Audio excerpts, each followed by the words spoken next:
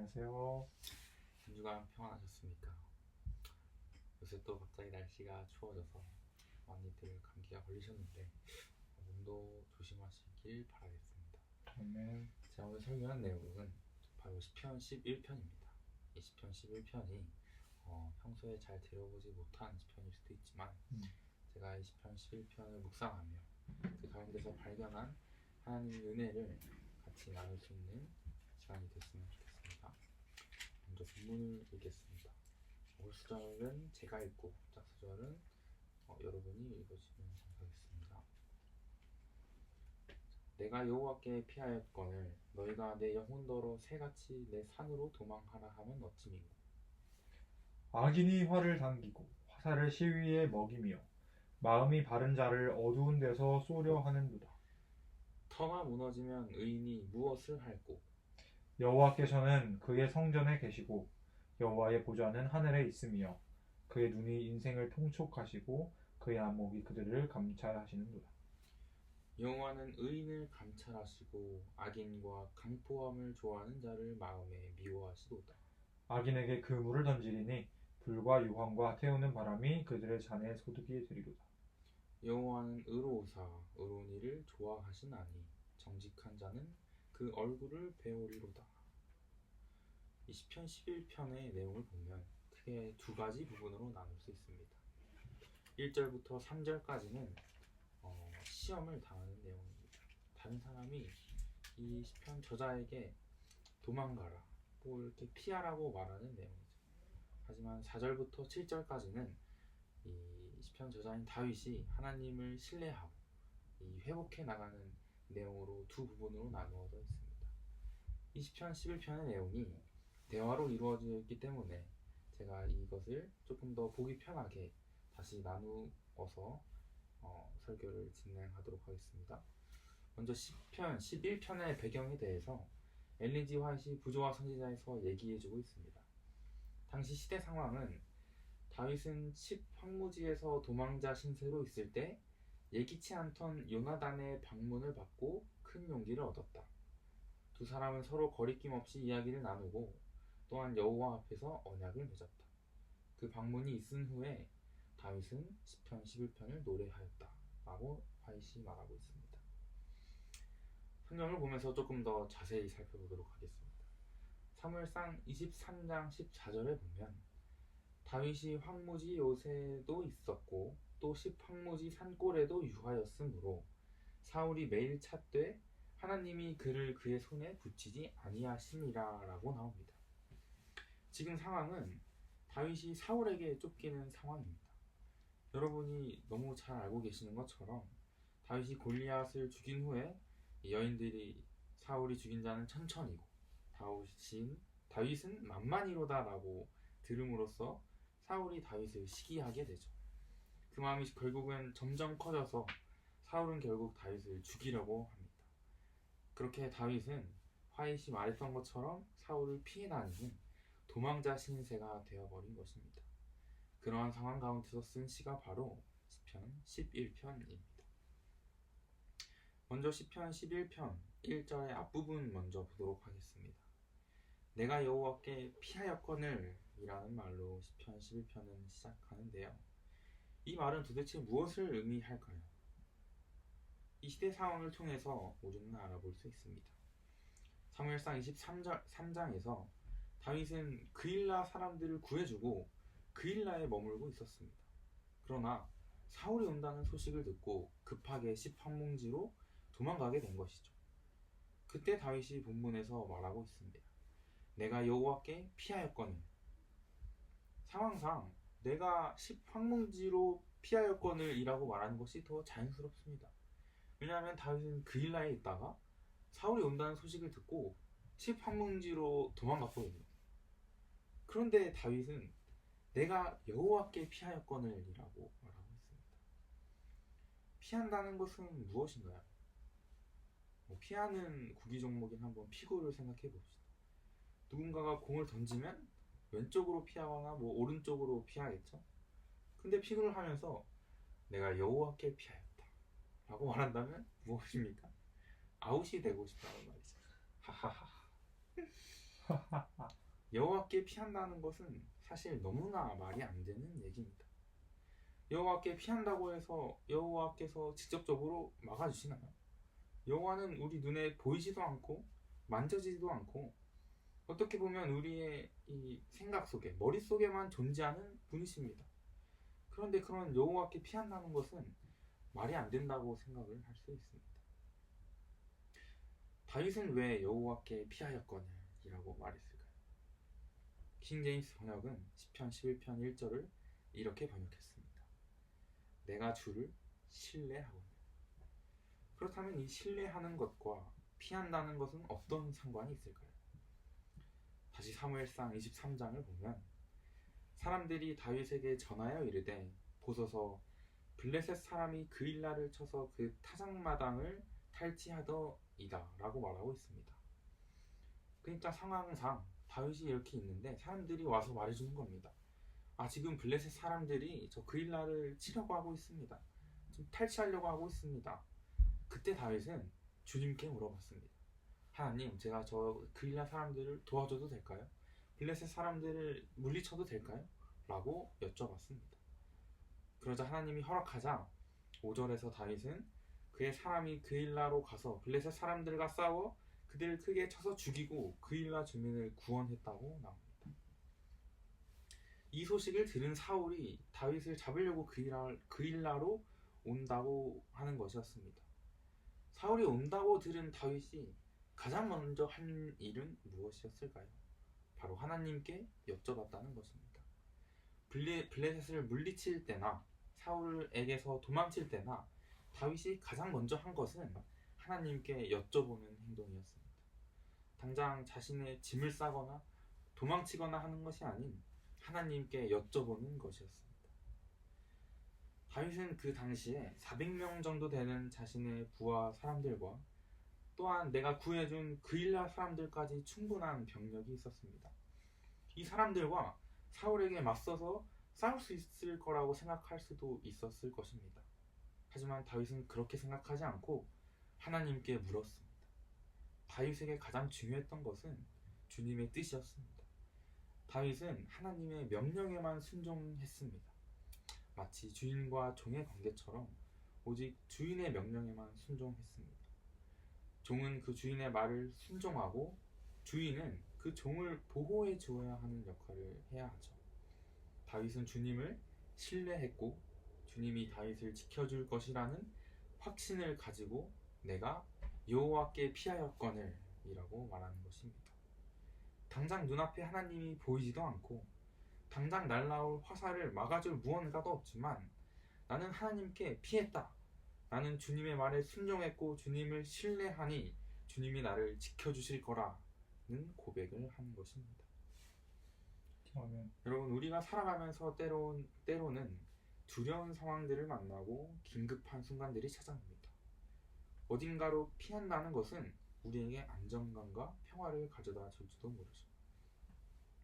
다윗은 주님의 말에 순종하고 얼마나 마음이 편했겠습니까? 우리가 집에서 물건을 찾지 못할 때 엄마에게 물어보지 않습니까? 뭐 목도리를 못 찾으면 엄마 목도리 어디 있어? 하면 엄마가 거기 두 번째 서랍 이렇게 하면 항상 거기에 있는 것처럼 말입니다. 어머니는 이미 다 알고 있다는 우리의 그 신뢰로 가장 먼저 어머니께 물어본다는 것이죠. 우리와 하나님의 관계도 마치 그러한 신뢰가 기반이 되는 관계가 되길 간절히 바랍니다. 우리의 삶 속에서 위기가 찾아올 때 자동적으로 내가 가장 신뢰하는 하나님을 찾는 것이죠. 내가 가장 흔들릴 때 자연스럽게 하나님, 제가 어떻게 해야 합니까? 라고 물을 수 있는 사람이 되기를 간절히 바랍니다. 1절의 뒷부분을 보겠습니다. 새같이 너의 산으로 도망가라. 앞과 뒷부분을 조금 잘랐는데 이 말은 다윗이 하는 말이 아닙니다. 앞서 말했듯이 시편은 두 인물의 대화로 이루어져 있는데요. 앞부분과 이어서 살펴보면 내가 여호와께 피했는데 너희는 나에게 어찌하여 이렇게 말하냐? 에서 이렇게 말하냐가 바로 이 새같이 내 산으로 도망가라 라는 말입니다. 여기서 다윗이 말하는 너희는 아마도 사무엘상 22장에 다윗이 아둘람 굴에 있을 때 같이 온 그의 가족들과 형제들과 아버지의 집 사람들 400명일 것으로 생각이 됩니다. 이 특정한 한 사람이 아니라 그들 전체가 이 종합적으로 다윗에게 빨리 도망가라라고 말하는 것이죠. 이 새같이 내 산으로 도망가라 하는 말은 다윗을 걱정하는 말입니다. 다윗의 적이 아니라 다윗의 친구들이라는 말이죠. 새같이 내 산으로 도망가라라는 말은 어떤 말일까요? 다윗이 도망간 곳은 정확히 10황무지 산골이었습니다. 즉 산간 지방이었습니다. 산이 많은 지방이었는데 이 새가 산으로 도망가면 우리가 찾을 수 있을까요? 제가 작년에 이 별새꽃돌이라는 곳을 갔습니다. 거기서 탐조를 했는데요. 탐조가 무엇인지 아시나요? 바로 이 새를 탐사하는 것입니다. 이 별새꽃들은 제천에 있는 굉장히 산골짜기에 위치해 있어서 산도 굉장히 많습니다. 그렇게 제가 1시간 동안 탐조 활동을 했습니다. 막 1000만 원 가까이 하는 망원경도 가지면서 탐조를 했는데 새를 한 2마리 정도 봤습니다. 1시간 동안 제가 찾을 수 있는 새는 2마리 정도였습니다. 새 종류의 차이도 있겠지만 이 산속에서 새를 찾기는 정말 사막에서 바늘을 찾는 것 같이 힘들었습니다. 그래서 다윗의 사람들은 다윗에게 그렇게 말하는 거죠. 새같이 내 산으로 도망가라. 사울이 못 찾는 곳으로 도망가라고 말하는 것입니다. 2절을 보겠습니다.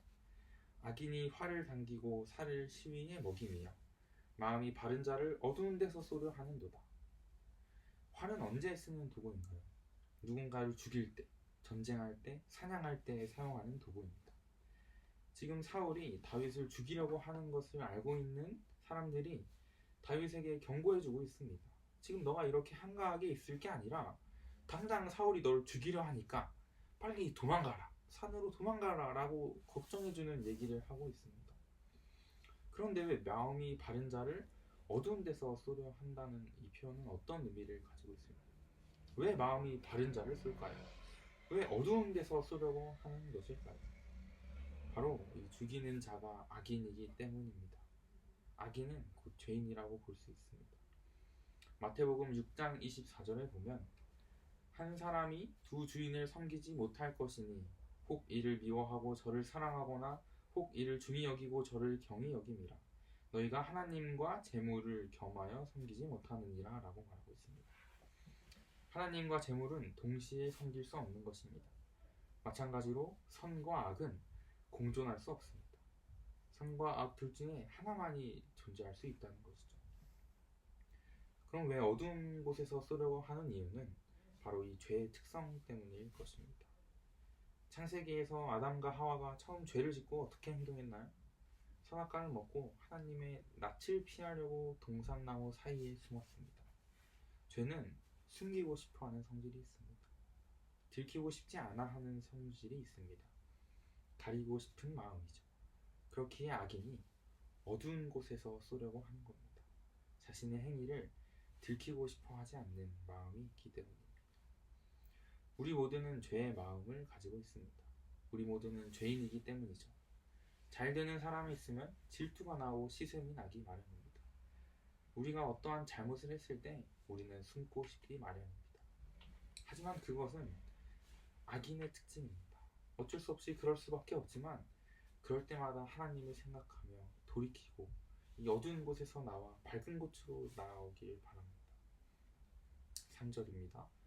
터가 무너지면 의인이 무엇을 할꼬? 3절까지 다윗의 사람들이 하는 말입니다. 터가 무너진다는 것은 무엇을 말할까요? 현대인의 성경을 보면 이 터가 법과 질서로 번역되어 있습니다. 터라는 것은 무언가를 세우는 기반을 말하고 있죠. 사람들은 세상의 터를 말하고 있습니다. 바로 법과 질서이죠. 사무엘상 22장을 보면 사울이 노베 제사장을 학살하는 사건이 나옵니다. 제사장이랑 누구입니까? 바로 하나님의 사람들입니다. 그런 사람들을 한 나라의 왕 사울이 죽인다는 것은 상식적인 일이 아니죠. 뿐만 아니라 다윗을 죽이려고 쫓아다니는 것은 법과 질서가 무너졌다는 것을 명확하게 말해줍니다. 또 한 사건을 예를 들자면 23장에서 다윗이 그일라에 있을 때 블레셋으로부터 그일라 백성을 구원해 주었습니다. 하지만 사울이 온다는 소식을 듣고 다윗은 주님께 묻습니다. 사울이 내려옵니까? 그러자 주님이 내려온다고 대답했습니다. 다윗이 질문을 하나 더 합니다. 그렇다면 그일라 사람들이 저를 배신합니까? 라고 물어볼 때 그러자 주님이 그렇다 라고 대답하죠. 다윗은 그일라 사람들을 블레셋으로부터 구원해 줬는데 그일라 사람들은 다윗을 배신할 것이라고 주님이 말해주시죠. 질서가 무너진 시대라는 것입니다. 상식적으로 누군가 목숨을 구해주면 그것을 보답하는 것이 타당하죠. 하지만 그일라 사람들은 배신을 계획하고 있었습니다. 이러한 상황이기 때문에 사람들이 다윗에게 지금 터가 무너지는데 너가 아무리 의인이라 할지라도 너가 할 수 있는 건 뭐냐? 이렇게 법과 질서가 무너지는 세상에 아무리 선을 행하는 것이 너에게 아무 의미가 없다. 너가 할 수 있는 것은 아무것도 없다 라고 말하고 있습니다. 1절부터 3절까지 다윗의 사람들이 온통 다윗을 걱정하는 말들입니다. 새처럼 너의 산으로 도망가라. 악인이 너를 죽이려고 합니다. 터가 무너지는데 너가 뭘 할 수 있겠냐? 하지만 다윗은 그걸 그렇게 듣지 않았습니다. 시편 11편은 내가 여호와께 피하였거늘 이라고 시작합니다. 한마디로 난 이미 여호와께 피해서 더 이상 걱정할 게 없는데 왜 너희는 나를 걱정하냐는 말입니다. 다윗이 여호와께 피한 것은 최선의 선택지였습니다. 이보다 더 잘 피할 수는 없습니다. 다윗은 여호와 하나님을 100% 신뢰했고 주님께 피한 것이 마치 펜타곤에 있는 것처럼 안정감을 느끼고 평안함을 느꼈을 것입니다. 4절입니다. 4절부터는 다윗의 대답이 나오는데요. 여호와께서 그 성전에 계시니 여호와의 보좌는 하늘에 있으며 그 눈이 인생을 통촉하시고 그 안목이 저희를 감찰하시도다. 성전은 무엇입니까? 출애굽기에 보면 내가 그들 중에 거할 성소를 그들을 시켜 나를 위하여 짓되 라고 나와 있습니다. 성소란 하나님이 우리 가운데 거하시기 위해 지으신 것입니다.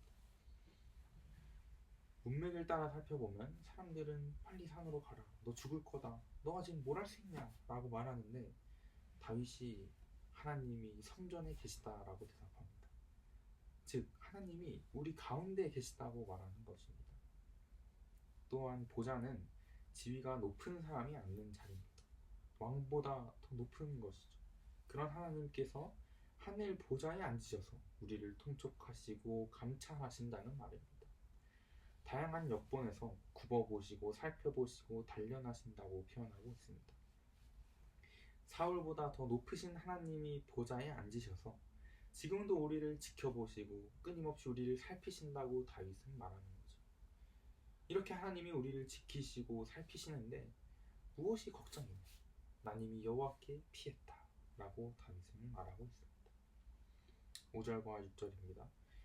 여호와는 의인을 감찰하시고 악인과 강포함을 좋아하는 자를 마음에 미워하시도다. 악인에게 그물을 내려치시리니 불과 유황과 태우는 바람이 저희 전에 소득이 되리라. 다윗이 뭐라고 말하고 있습니까? 여호와는 의인을 살펴보시는데 악인은 미워한다고 말하고 있습니다. 사람들이 말한 2절과는 반대되는 내용이죠. 2절에는 악인이 마음이 바른 자를 쏘고 있지만 여호와 하나님은 의인을 감찰하시지만 악인을 미워한다고 말하고 있습니다. 다윗은 사람들의 시선을 신경 쓰지 않았습니다. 오직 하나님의 생각과 하나님의 뜻만을 중요시 여기며 살았습니다. 지금 당장 죽을 위기에 있어 두렵고 떨릴 수 있지만 하나님이 나를 살피신다는 무한한 신뢰가 다윗에겐 있었습니다. 하나님이 악인을 불과 유황과 태우는 바람으로 죄값을 치르겠다고 말합니다. 여호와께서 소돔과 고모라를 심판한 그 불과 유황입니다. 또 태우는 바람의 원어를 살펴보면 태우는 맹렬한 열기를 의미합니다. 이 말의 유래는 몹시 화낸다는 말에서 유래된 말입니다. 하나님이 감정이 있으신 분은 아니지만 몹시 화내는 마음으로 악인을 심판해 주시겠다는 말이죠. 다윗은 사울을 직접 복수하지 않았습니다. 그 모든 복수를 하나님께 맡겼습니다. 다윗이 한 일은 오직 여호와를 신뢰하고 여호와께 피한 것이 전부입니다. 다윗은 11편에서 하나님께서 심판해 주실 거라는 믿음이 온전하게 있었습니다. 우리의 삶 속에서 사울과 같은 사람이 나타날 수 있습니다. 우리를 계속해서 따라다니며 끊임없이 괴롭히는 사람들 말이죠.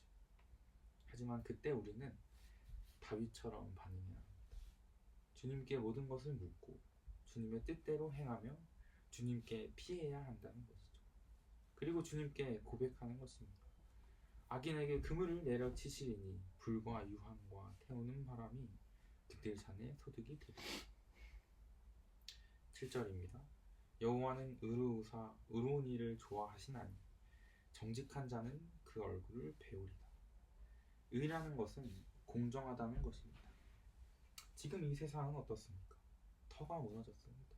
법과 질서가 무너져서 공정함은 찾아보기도 힘든 세상입니다. 하지만 하나님의 터는, 하나님의 법과 질서는 절대로 무너지지 않습니다. 이 세상을 주관하시는 하나님은 공정하시다는 것입니다. 하나님이 죄를 미워하고 의를 사랑한다는 사실입니다. 악인을 미워하고 의인을 사랑한다는 것입니다. 2절에 마음이 바른 자가 나옵니다. 원어로 야샤르인데요. 7절에 나오는 정직한 자도 야샤르입니다. 2절에 악인이 어두운 곳에서 쏘는 그 바른 자가 여기 7절에 나오는 정직한 자와 같은 사람이라는 것입니다.